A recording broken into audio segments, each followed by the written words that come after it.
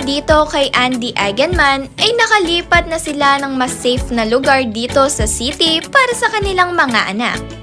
Kaya naman madalas nyo ngang makikita itong sina Philmar at Andy kasama ang kanilang mga anak na nasa isang village.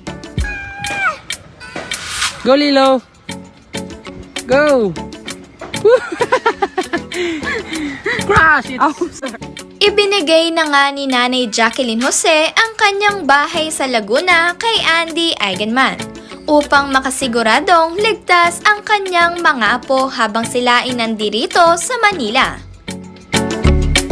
Ang video naman na inyong napanood kanina ni Lilo ay kuha sa kanilang bahay dito sa Laguna.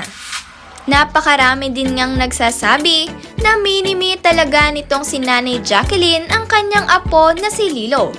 Bukod nga sa pagiging aktibo nito ay napakatalenta